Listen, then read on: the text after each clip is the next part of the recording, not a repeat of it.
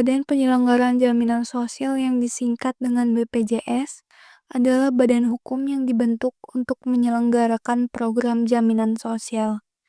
Jaminan sosial adalah salah satu bentuk perlindungan sosial untuk menjamin seluruh rakyat agar dapat memenuhi kebutuhan dasar hidupnya yang layak.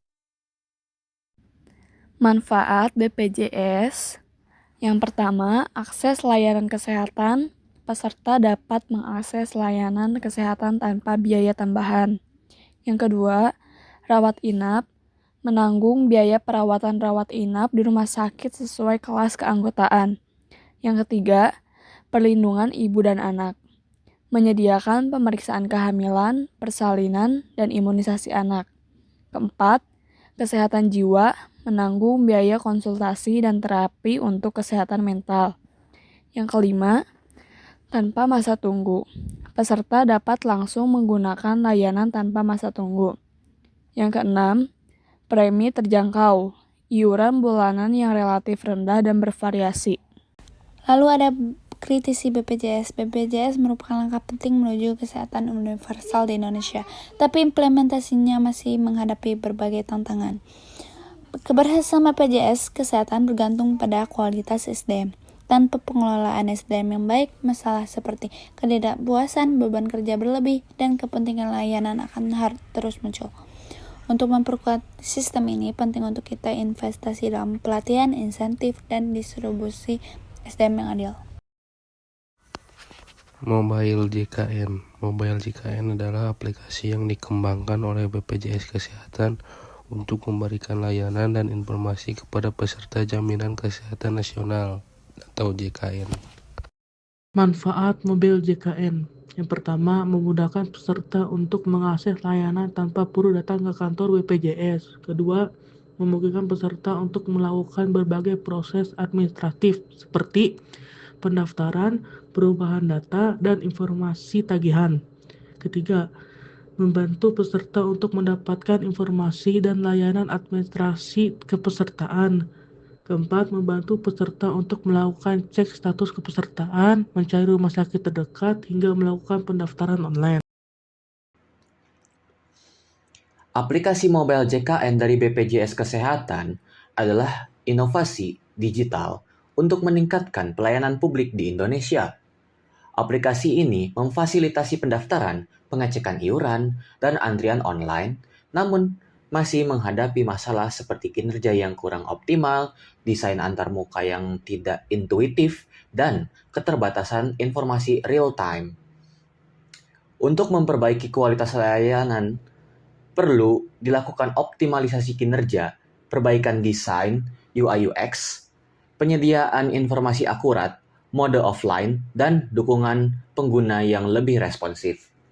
Meski demikian, mobile JKN tetap menjadi langkah positif dalam sistem kesehatan nasional. Meskipun menawarkan kemudahan akses layanan kesehatan, tantangan seperti masalah teknis dan keamanan data pribadi masih perlu diatasi untuk meningkatkan pengalaman pengguna dan efektivitas sistem secara keseluruhan. Terima kasih. Robot bedah adalah bentuk dari pengembangan teknologi kedokteran yang menggunakan sistem robot untuk membantu prosedur pembedahan. Prosedur juga menggunakan sistem komputer untuk mengontrol lengan robot dan ujung efektor selama operasi. Dapat juga menggunakan telemanipulators untuk inputnya. Robot bedah sering digunakan untuk operasi yang kompleks seperti operasi prostat, operasi kista endometriosis, mioma, angkat rahim, kanker rahim, dan pembedahan usus. Dokter bedah akan mengontrol lengan robot dengan alat pengendali yang terhubung dengan komputer. Lengan robot akan melakukan pembedahan menggunakan berbagai instrumen. Manfaat robot bedah. Yang pertama, sayatan yang lebih kecil mengurangi trauma pada jaringan tubuh. Yang kedua, akurasi yang tinggi meminimalkan risiko kesalahan dalam prosedur. Yang ketiga, durasi penyembuhan yang lebih cepat. Yang keempat, mengurangi rasa sakit pasca operasi.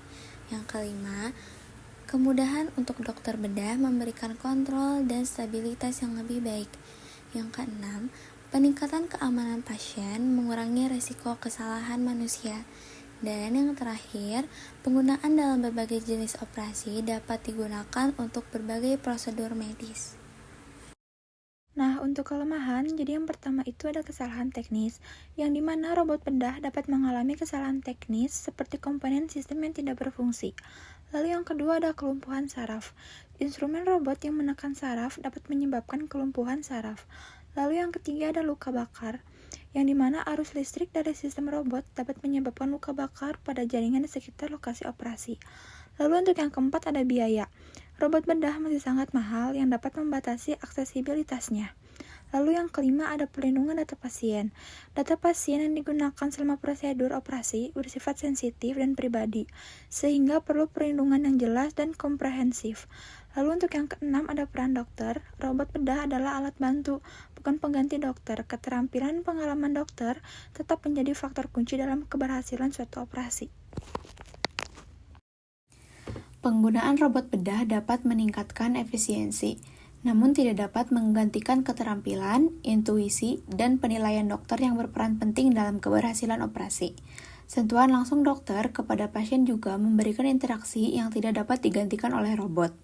Selain itu, operasi robot bedah memiliki resiko kesalahan teknis karena bergantung pada sistem teknologi yang dapat mengalami gangguan. Jika sistem tersebut gagal saat operasi berlangsung, hal ini dapat berujung pada kegagalan operasi dan membahayakan nyawa pasien.